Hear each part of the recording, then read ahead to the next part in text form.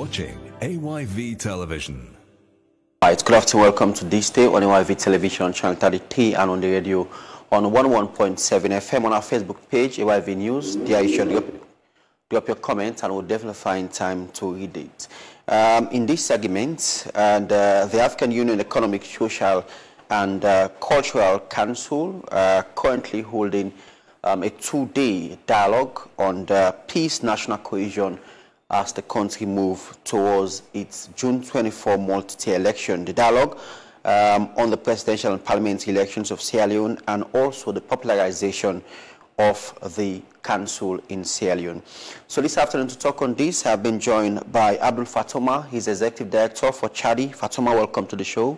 Thank you for having me. And I also have with me William Keu. He's the Head of Secretariat, African Union Economic, Social, and Cultural Council. Welcome to the show, Mr. Keu. Thank you very much. Good afternoon, viewers. All right, so let's start the conversation. You're holding a two-day dialogue in Sierra Leone. It started today, and which looks into the country multi-tier election, June 24, with less than 47 days to go, and also the popularization of the council in Sierra Leone. But let's start off the conference, the dialogue hold today. How significant it is moving towards the country June 24 multi-tier elections?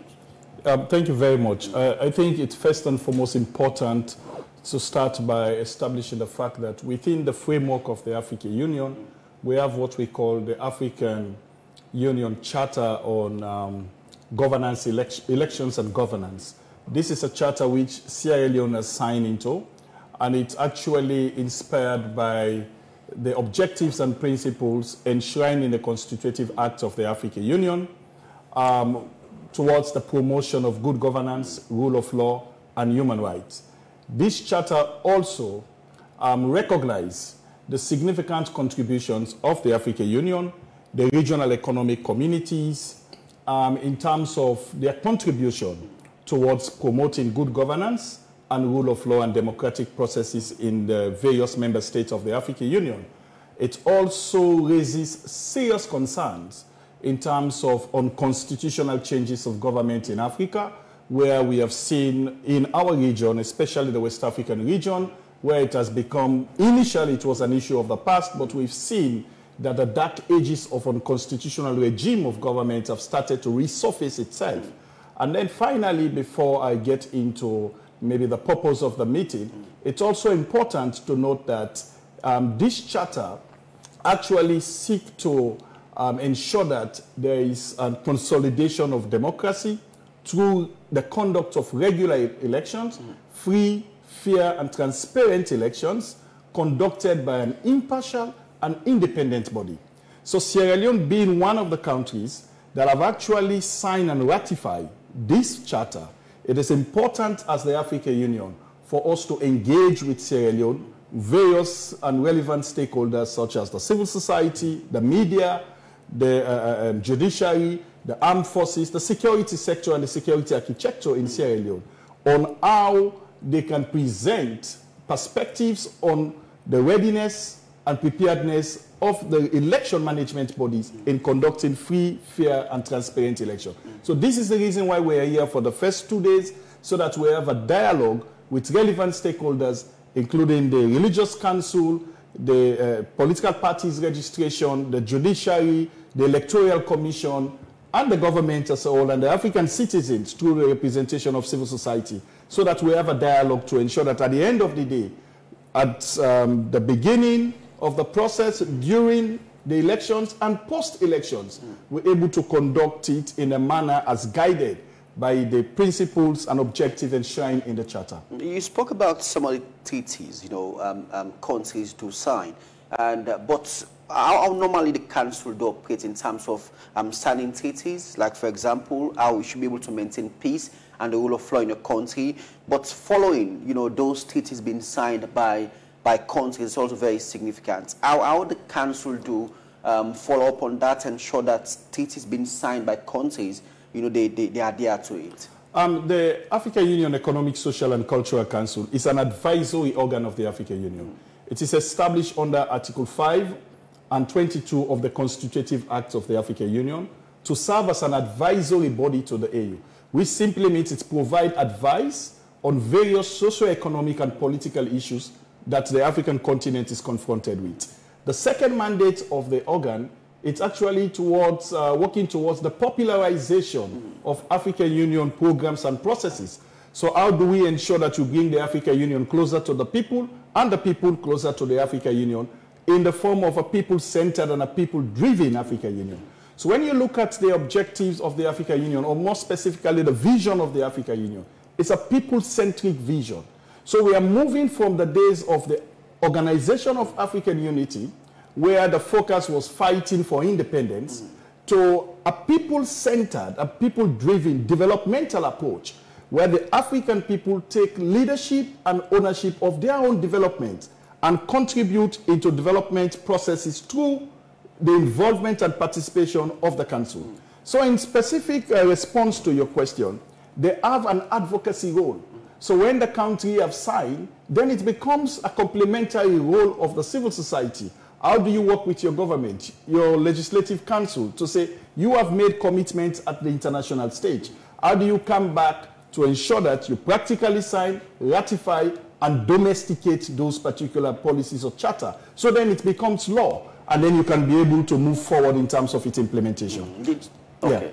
Yeah. So basically what I'm trying to say, most of what is required from civil society is to proffer solution, is to engage in advocacy, is to demand for accountability, to say governments have made commitments in terms of signing some of these treaties and charters at the continental level, but then when you come back, we want to see the practical implementation of those commitments by ensuring that you sign, you ratify, and domesticate. The proactiveness of AU, some will say it's quite very slow in terms of responding to issues, you know, in African countries. Like, for example, you mentioned about constitutional issues of African countries these days. It's getting alarming.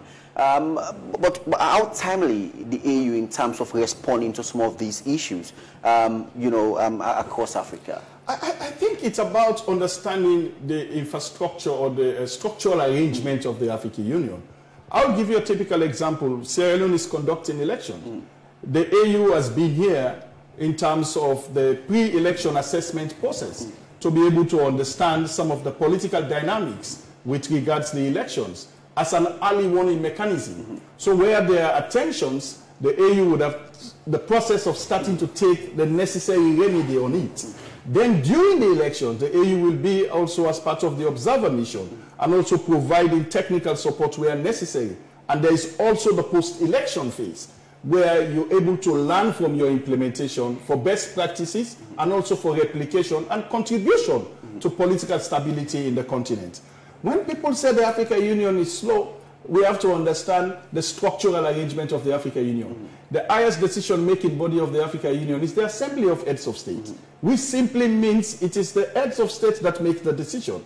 The Secretariat is basically to facilitate and coordinate the implementation of policies and working with relevant players such as the media, who have an accountability role to play, working with the civil society, which also have an accountability role to play. So African Union is an holistic institution, which include both the citizens, the leaders, and all of us. And therefore, we can only play our part from the various standpoints in ensuring that we contribute to the Africa we want. Is only when elections are coming? Not at all. I mean, you will agree with me that during the Ebola situation in Sierra Leone, the mudslide, even with the present COVID-19 situation, we have seen how African Union, as a continental body, have supported their various member states. In fact, in terms of institution or continental body that has played pivotal role in ensuring that they contribute towards addressing critical issues such as the COVID-19.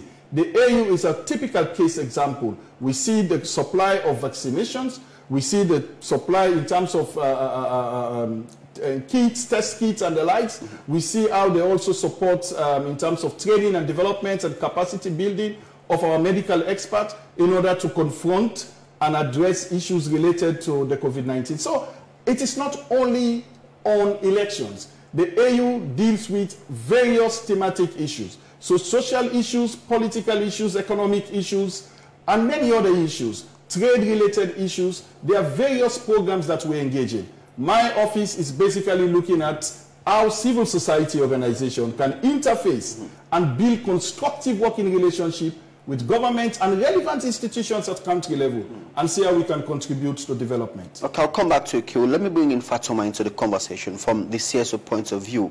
And you're actually partnering with the council in order to ensure that peace and the rule of law is implemented when it comes into election. And you have been working closely with regards to election issues. But how significant is this to Sierra Leone as we move towards the election?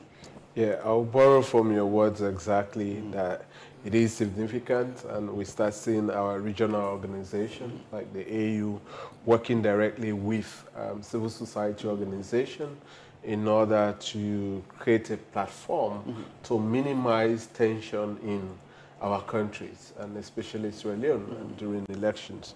And you know, creating a platform, having religious leaders, women's group, persons with disability, the media, and the larger civil society, and the security sector, EMBs and the judiciary, for them to actually share their ideas as to how exactly they are prepared to ensure that there is a peaceful election. And we should appreciate that as a country, that you know, we have our regional body watching our back, that, you know, we started feeling tension in our elections, but a lot of work has been done, like you rightly said. We have been doing this thing, you know, during by-elections and before the elections. We also held a series of engagement with the security sector, PWDs, market women, and so on and so forth. And so, working with the African Union, Ecosocc Secretariat, it's created a lot of opportunity also to expand the actual mandate and objective of the African Union to the grassroots people in this country. Because those who will be attending this session, today's session and tomorrow's session, and up to Wednesday, and we'll be taking home a lot of good opportunities actually for them to know what the African Union is about. And those who are currently following us online, listen this conversation, this is going to be their very first time actually to get a clear looks of African Union. Because most people within Africa think that when African Union have important things to do, it's more about having our head of state meeting in one of the African Union countries, if not Addis Ababa, but in another country. But like Mr. Kiru rightly said, you have seen African Union, you know, championing the distribution of vaccine and other things. Like, we need, as Africa, to get involved in our own program and create ownership, and then to take it and run with it. And so with that, Africa will be able to be united and have a one voice on issues like this. For far too long, citizens have not been involved, you know, in African affairs. So now African affairs has been taken to the doorstep of Africans. So that created an opportunity, Africans having their direct voice into their own affairs. That is great. But how you also you have engaged, you know, religious people, political parties, politicians, the young people, market women, with regards to how we should be able to ensure that we uphold our peace and keep election free and fair. And how would you be able to blend the two with what the African Union is doing and what you're doing as well? The African Union currently, this program is a way of interfacing with the people of Sierra Leone to actually get their direct perception about what is their feeling and what is their concern with regards to their governance and electioneering process. And after that, you know, we have post-election. So definitely, African Union will now take a look at issues around post-election issues and see which relevant media or faith-based organization or advocacy civil society organization or government department that they will be working with directly to ensure that the concerns of Sierra Leoneans are addressed within the mandate of the African Union and its membership. Mind you, Sierra Leone is part of the African Union. And African Union will not play an advocacy role against any one of their member states. So what they do is to complement the effort of their member states.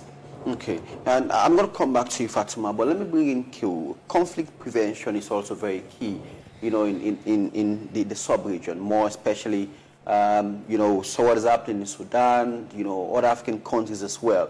But what has been the role of the African Union in order to ensure that we're able to manage that and preventing countries going into that? The African Union have various mechanisms in terms of how we engage with member states.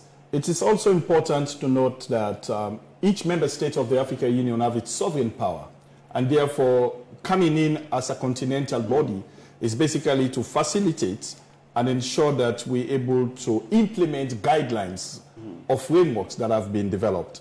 The Charter is one of those frameworks. We have the Peace and Security Protocol of the African Union, which actually give, for instance, civil society organization to contribute into peace, security, and stability in the continent.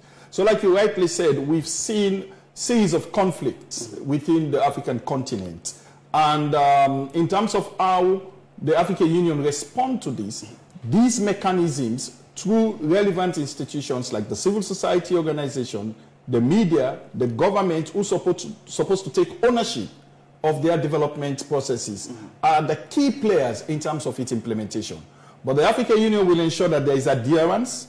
The African Union will ensure that when decisions are taken that is contradictory to the principles enshrined either in the Constitutive Act, either in the Peace and Security Protocol, either in the Charter or any relevant document, the necessary action can be taken. We have seen situations where sanctions has been placed on countries on constitutional regime of government. Because if you want to have a change of government, there is only one process. Go through the ballot. Let there be free, fair, regular, and credible process of electioneering by a competent and independent election bodies. So that at the end of the day, you only have one channel to put your voice and then make the necessary change that you want. But you cannot use any other alternative option other than the democratic process. So we've been working with government in terms of supporting them from a technical point of view, implementation of programs like what we are doing here in Sierra Leone for the next 2 days, engaging with relevant stakeholders, the key players.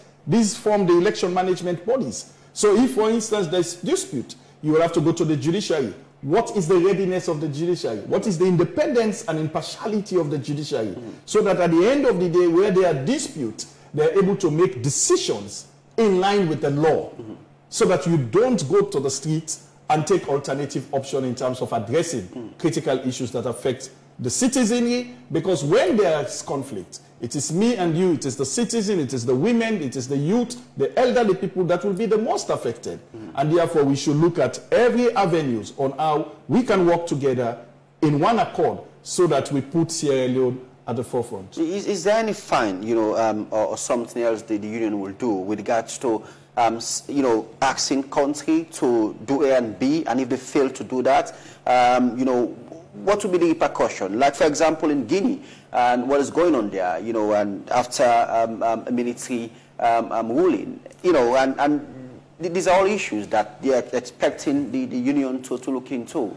Yeah, I mean, there have been actions. If you look at the Leone Declaration, the Leone Declaration is basically one of the instruments that provides basis on what action needs to be taken when there is unconstitutional changes of government. And you're very right. Citizens were asking questions. Where was the African Union when there was a change of constitution for a particular government to stay longer in power? But there are times some of these engagements are not openly being discussed, but not necessarily that they have not been engaging. There have been all this engagement. But one thing you have to get in mind is the fact that you have the sovereign power. The AU as an umbrella body will only ensure you facilitate and provide guidance for adherence to the policies that you have signed and committed. But they don't have the sovereign power to come into the country and say, this is what we're going to do in terms of you changing or you moving. No, there is a limitation on that. But we have standard procedures like sanctions. stopping you from participating in the programs of the African Union. You are sanctioned, you will not participate in any official engagement of the African Union. It's one. That we've seen embargo, and I think Sierra Leone has faced it during the war, when the African Union and other international organizations sanctioned Sierra Leone, because that time there was war, there was unconstitutional changes of government, and therefore, if you don't go through a democratic processes of electing a government, then the full force of the law, in line with the Peace and Security Protocol, then came into effect, whereby you'll be sanctioned from participating in the election, and at the same, in development processes of the African Union, and at the same time, the African Union engages with stakeholders at country level, so that you don't just leave it there to say, we have sanctioned you, and therefore you can deal with your issue all by yourself. How do we engage with these stakeholders? One, to be able to identify the solutions and find a sustainable solution towards the problem. So we've been doing that in many of our engagements with member states of the African Union. All right, then let me come back to you, Fatuma. How can we ensure, the advocacy, the awareness raising for countries to be able to uphold constitution instead of them being violating their own constitution? Well, it's all about involving citizens. And government have to create a platform of dialogue to minimize tension within government and citizens. And government have to create a channel where they communicate, their policies, what they intend to do, what they have done. And citizens need to be aware of, government affairs, what is going on. I mean, we are not talking about highly secrecy issues, but we are talking about social development issues. And when citizens feel excluded into state affairs, then it starts boiling, the discontent level among citizens, and they feel that they don't belong to that country, even though within their minds that, they are citizens of that country. So citizens don't feel to be left out. And with that, government also needs to respect. I mean, it comes with our brothers who are in politics, our brothers and sisters who are in politics. They choose to be in politics, but they are with us. So it's also about us, citizens, holding them accountable, informing them. But you see, in so many African countries, the option left with the civil society and the media. And you have some African governments that will capture the media, will capture civil society, and the critical civil society will not actually have the platform to engage the citizens and inform them about the negativity part of the government. So definitely government will be able to work out over its citizens. And some of these things have been done in partnership with government development partners. In some of these countries, you cannot say there is no presence of the EU, there's no presence of the, USAID or all the Western countries. They still continue giving, economic support to this African country. But then this African country face challenges with their own citizens. So, I mean, this comes into play when you start asking your civil society, are they fair? Can you also ask those who our government prefer or regard as, development partners, or we African citizens, feels that they are moral guarantors. How moral are they to, our sufferings when they dine and wine with our government, across Africa, to ensure that some citizens are completely left out in developmental processes. So like what the AU is doing now in terms of bringing in civil society participation in African governance conversations, it helps to create a lot of opportunity to remind our head of states across Africa that these are genuine concerns from the people. Because if we have these regional organs that only engage government delegations, like ministers, directors or head of states, and then no voice from the society, which is maybe from the media or from civil society, that works directly with a common man, then definitely, I mean, they will laugh over our concerns, over, you know, coffee break or during dinner or cocktails. But the fact that, you know, like now, if you go to Sarah Bay, you have market women representative, interreligious council, you have the media, you have all the civil society on different sectors voicing their opinion. This morning we had the ECSL statement from the ECSL, the Peace Commission, the Minister of Economic Development, you know, as the keynote speaker, laying out their government's preparedness, readiness, you know, to ensure that the people of this country have free and fair and credible elections. Because what is more matter to every Sierra Leonean at this stage is for us to have a credible, free and fair and a peaceful election. That is the concern of every Sierra Leonean. If Sierra Leone wants development, if Africa wants development, the only way to go is to engage on processes that will help us to build a sustainable peace within the region. You spoke about engagement, which is very significant. You know, a conversation we have with people, Sierra Leoneans, you know, and they said key among the reason they took to the street on August 10 was as a result of, you know, they actually not be engaging. You know, they actually have no idea what is going on around the country in terms of development. These are some of the key reasons which prompted people because, you know, we have no idea, we have no clue what is going on, you know, and that is very important, you know, as we move towards the election. Yeah, it has been a very serious challenge, and it's good that the government committee that was set up to look into the August incident that actually highlighted that very concern that we have been talking about over and over, you know, on this platform and other platforms, and that government has not been engaging, and there is a gap.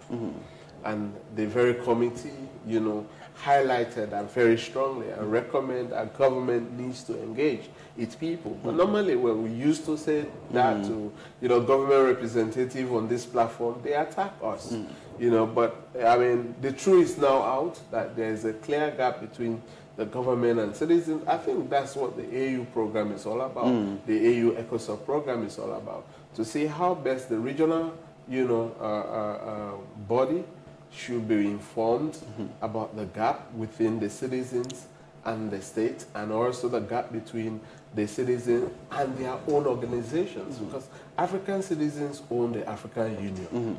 So the idea of African Union is an idea of the African man and woman and the young people. So when we have a program like that, it helps to bridge the gap within the citizens and the state, and also the citizens and the regional body. So, I mean, I said that earlier on, that we as a country, across Africa, we don't need to create any discontentment, you know, element within ourselves and our government. So we have to work very hard to ensure that, you know, our people are well informed about governance affairs, about development affairs, so people will feel attached and feel belong. The reason why, I mean, but it also happens at political party level. I've worked with political parties in this country.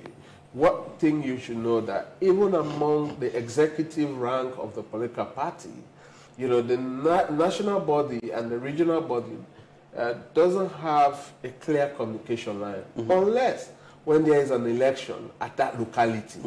But at, you know, operational level in normal time, you will talk to the chairman or the secretary general of any political party in Australia.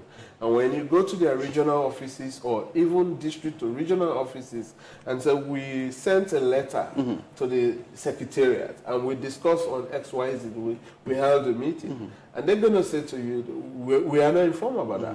And there is also a gap between candidate and the party secretariat. So you start seeing this breakdown within the very political party we hoping to govern us, or who is governing us, a breakdown within themselves. So that also replicates, you know, at the national level. So some of us are not surprised when we see African government are detached to their people. The only time they're going to be close to us when they want us to give them another 5-year mandate, or some other country who have 4 years mandate, 4 years mandate. That is the time they will spill out their intentions, how they feel affectionate, you know, about our poverty or our challenges, our constraints. So once, you know, we have given them the mandate that they have requested from us, the issues start coming that we are busy fixing. We want to be part of that fixing. You know, that is what the citizens are demanding for. So once that is not present, they will start seeing challenges, like the other thing you talked about, freedom of association, freedom of assembly. We still have challenges across African countries. You know, for citizens having the right to assemble, to express concern about a policy or law that they think is not in favor of their interests as citizens. So African government, the fact that they believe that that policy or law is in their own best political interest, they're not going to give the citizens the voice. So those suppressions and other challenges are a huge concern across the African country.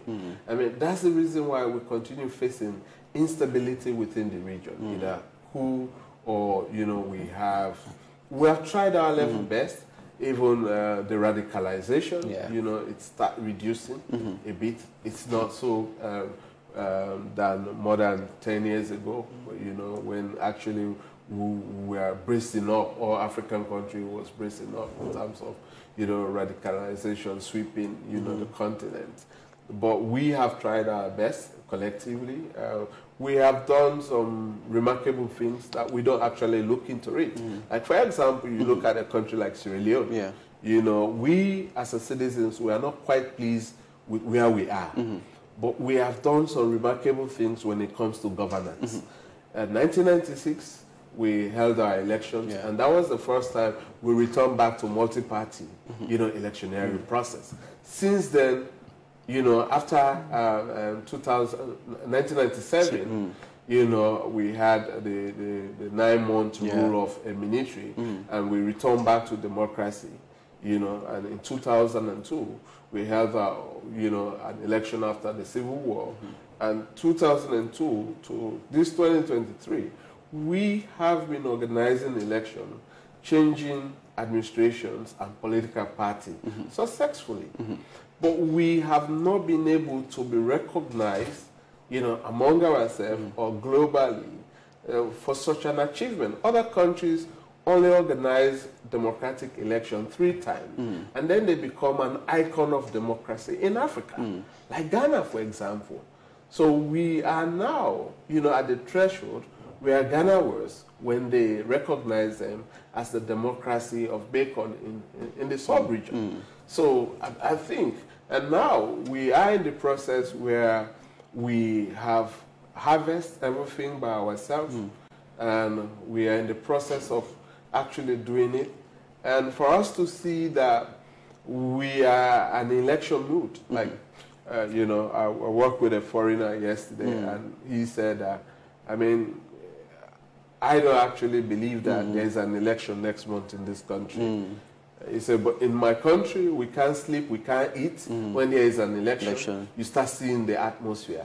But for us in Sierra Leone, I mean, we'll argue him that we have the tension. If we go to social media, he's not part of our social media platform, where we receive a lot of threatening remarks against civil society who speak in an interest that doesn't please a particular individual. Even that interest is true, the fact that it doesn't work with their line or agenda, that civil society is not speaking the truth. And the other one, the fact that this one is truth, because it doesn't fit their own agenda, that civil society is lying also. So, or that media presenter, he or she is not presenting the accurate information. So we find ourselves as a, you know, a country in a toxic atmosphere among ourselves. But foreigners who visit us just 1 or 2 days, we see our calmness and take it for granted that we are peaceful. I know. Before coming to Q, the day of transition, that has been a big problem in Sierra Leone. Like for example, if a regime change, and within that period, there are a lot of violence. Maybe either from supporters of the party who would have won that election, and as against the loser. But how are we going to rectify that? We have seen that when the APC win election, they will come back, they will come at the SLPP. It goes the same. Supporters within the two main political parties, always when there's a transition time, there are a lot of violence, there are a lot of chaos within supporters, and leaders, always, tend to say we actually want to keep peace, but that process has not been followed. Yeah, the reason being that we continue seeing the signs coming, even ahead of elections. I mean, now if you listen most audios, there are people who are planning to wipe out entire tribes if government change hands. There are people who also intend running after some key individuals in this country based on their public role in society. And the state also always failed to provide security, for citizens. And it's one of the fundamental responsibility of any state, not only Sierra Leone, that you have to provide security, for your citizens and also people who are resident in that country. But we have seen failure after failure with that. And the worst thing is that government will set up committee to look into those issues. I could remember very well when the peace committee was set up, few guys who are now running for offices, they were part of that committee, both from the opposition and the ruling party. I mean, we never received a report, about the outcome of that committee, what was set up. That would have helped citizens or regional bodies like the ECOWAS, the AU, to continue engaging government strongly to look into those recommendations and findings, from that committee, a joint committee from the two political parties that people are killing themselves over. So it was good that they have a mixture of people coming together to actually investigate and bring out findings and recommendations. But then the failure on the political party side and also the government to come out with such findings and recommendations, so that would have been a useful tool, for organizations like us that preventing, conflict mitigations and other things. That would have very much been useful. But we keep having a slip back when it comes to, conflict prevention within the region. So this has been one of our weakest points in actually stabilizing, our achievement as a continent. Okay, I'll come back to you, Fatuma. Let me go over to Q. And I know the engagement will continue tomorrow, and the day of, Sierra Leone moving into its June 24 multi-state election should be peaceful, and we ensure we respect the rule of law. Like I asked Fatuma about transition process, regime change, all over Africa, it's a problem. And how the AU going to continue to engage more over the security sector and government, and on a polling day, there are a lot of tension. Is that also a concern for AU? Yes, of course. It's a concern. We have what we call preventive diplomacy. Preventive diplomacy is basically taking proactive measures in ensuring that you de-escalate any tension that you foresee in the future. So, as part of our monitoring observation process, like I indicated, we have the pre-monitoring evaluation or assessment process, of which elections experts within the African Union, which is also consists of civil society organizations from other countries of the continent, working with civil society organizations, the media, and relevant players at country level would have done their assessment. That is one. In this assessment, you identify areas of tensions and all those specific parameters that you will use to determine where there will be any kind of a tension. And at the same time, we have what we call the early warning and early response mechanism. So where there are indication of those tensions, then the AU take measures of early response. So through the preventive diplomacy, you engage with key stakeholders. What we are doing now is also part of that preventive diplomacy. Dialogue. How do you create a platform for dialogue and ensure that the citizens are involved in the dialogue process? Because we cannot talk about development without the citizen. In the African Union Ecosocc, we have what we call one of the key objectives, to be more specific, of the Ecosocc is to build a partnership, a strong partnership between government and its citizen. So how do you build partnership between government and its citizen? You need to sit on the same table. You need to be able to identify the issues. You need to find sustainable solution to those issues that has been identified. You need to work with relevant stakeholders in addressing those issues so that there is ownership in terms of addressing this issue. There is leadership in terms of moving the country towards the development trajectory where you want to go. So we have been having this kind of engagement. There are many other transitional form of engagement to ensure that what is the dictate of your constitution in terms of changing government from one phase to the other is practically implemented in adherence to the dictates and the norms of this constitution. So these are things that we have been doing. Unfortunately, my mandate is basically within the scope of the engagement and ensure that when we talk about participatory democracy, then citizens are involved, citizens participate, citizens are actively players in decision-making processes. That is the role I play, ensuring that I work with relevant civil society organizations in the continent so that we're able to achieve that. Tomorrow conversation or discussion will center around the popularization of the council in Sierra Leone. And, you know, how it's going to look like? One who the stakeholders expected to be part of that conversation, you know, in popularizing the council in Sierra Leone. So basically tomorrow will be a continuation of today's process, which is the stakeholders dialogue on the election process in Sierra Leone. And then on Wednesday is where we will have the popularization.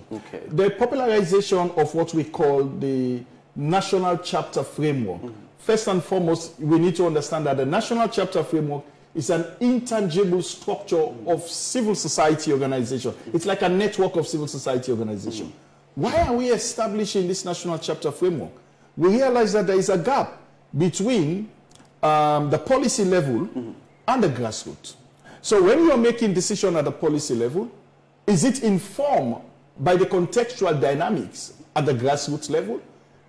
Do you understand the fundamental issues, the felt needs of the African citizens at the grassroots level?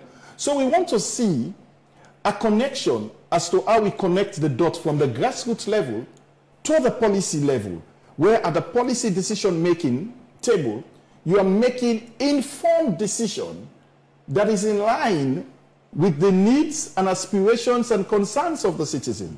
So the national chapter will play that critical role. One, the national chapter will also play the role of popularizing AU programs and policies. We are talking about the African Charter on Democracy, Elections and Governance. This is a very important charter. It prohibits unconstitutional changes of government. So citizens become empowered to know that we will not allow any other form of government unless we go through the ballot. It has other aspects of supporting separation of power, the independence of the judiciary, ensuring that the legislative arm and the executive arm work together regardless of their independence, but play a complementary role in the best interest of the Sierra Leonean people. These are very critical roles that citizens have to be involved, and citizens have to bring that information out so that the less fortunate people who are not able to understand these issues are able to know and raise their awareness at the grassroots level. You even speak, I mean, when I was in development, you say you speak the language that is best understood by the citizen, maybe the local language. How do you contextualize some of these issues and ensure that it gets right down to the grassroots level? So these are some of the things that we are doing. So that popularization is for the civil society organizations in Sierra Leone to know about the African Union, to bring the African Union closer to the people, to understand that your government at times have committed themselves at the international stage on relevant policies, on so many charters, on many other commitments.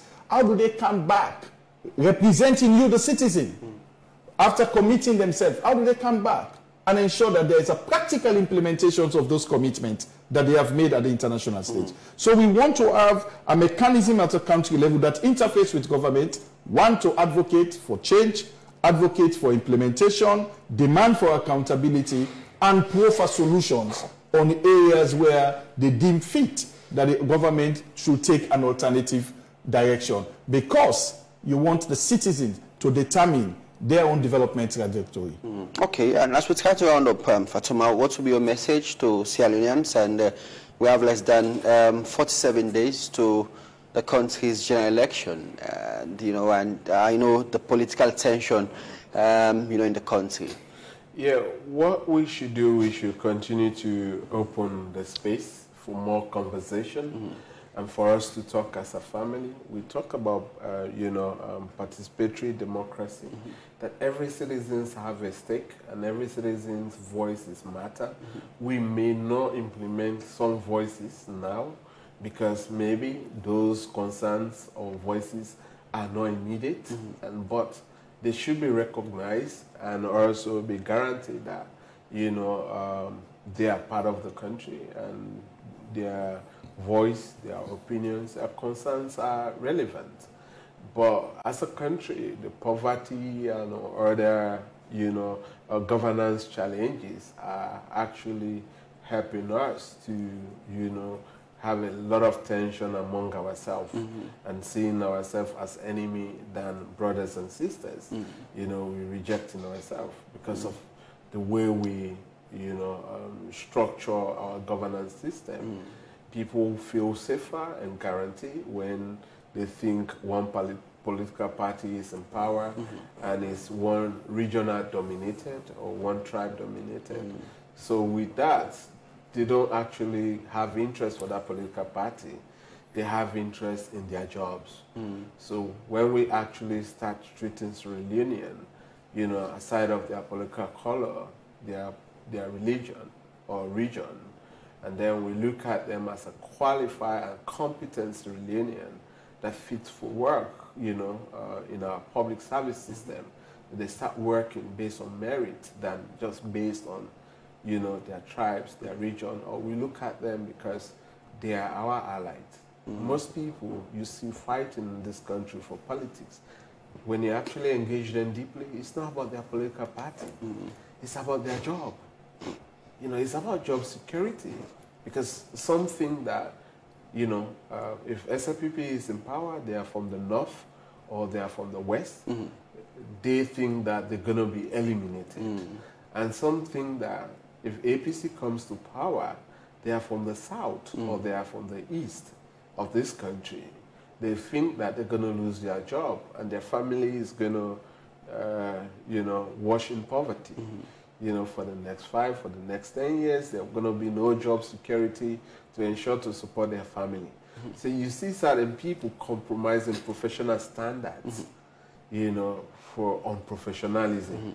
It becomes a norm and acceptable. So we are yet actually as a country to get into that point and try to say, if you're a civil servant, you don't need to come out to support a political party. Remain professional and remain independent. Our police or the military should not need to discuss politics, and they don't need to be warned about politics. That's the established code of conduct, that you are a professional. Our people in the judiciary should also not need to be reminded, or independent democratic institution. But constantly citizens or government keep warning people. Why is that? It's about job security. So we need actually as a country to get to a point where we start getting Sierra Leonean based on merit. Remy needs to be at OIV. He doesn't need to know Junior Naval or any relative of Junior Naval. But because Remy studied media and he has the capacity or he has the technical skills to assist AYV to achieve the goal. And also when you get to those ministries, you have the background, the capacity to ensure that public service delivery are satisfactory or deliverable to the communities. You know, so these are the things that actually we have no attention. Thank you very much, Fatoma. There's a saying within the African Union that Africa's solution to African problem. And I think if we contextualize that in the Sierra Leonean situation, I would say Sierra Leone's solution or Sierra Leonean solution to Sierra Leonean problems. I would want to say thank you to the various stakeholders, Chadi and Fatoma, the Independence Commission for Peace and National Cohesion, for jointly and collaboratively organizing this dialogue. I also want to say extreme thank you to the Electoral Commission, because in line with the African Charter on Democracy, Elections and Governance, one of the fundamental principles is to ensure the regular holding of free, fair, transparent and credible elections by an independent, impartial and competent electoral bodies. And that was demonstrated in terms of their commitment in the meeting amongst the other stakeholders to say we are ready to conduct free, fair and transparent elections. We saw also the security sector, the security architecture was there. They also assured the African citizens that there will be security, stability and peace within the process of the election, before, during and after. That is a security aspect that has been guaranteed. That is what we want to see in line with the Charter. We have also seen political parties players, civil society players, and other stakeholders who have committed themselves to say, we want to see a peaceful outcome, a credible outcome, a transparent outcome, and all of us, we play our own role in ensuring that we have that. So we want to say thank you, and we want to wish Sierra Leone a very peaceful elections, and we hope that at the end of the day, Sierra Leone will come together and celebrate, because you only have one country. Yeah, sure. Thank you very much, William Kewu, for being part of the show. And this is where we end this edition of News and Current Affairs Should This Day. And this day will return again tomorrow at exactly 1:30. And I've been your presenter, David M. Williams. Many thanks to the production and technical team. Till then, do have a lovely day and bye for now.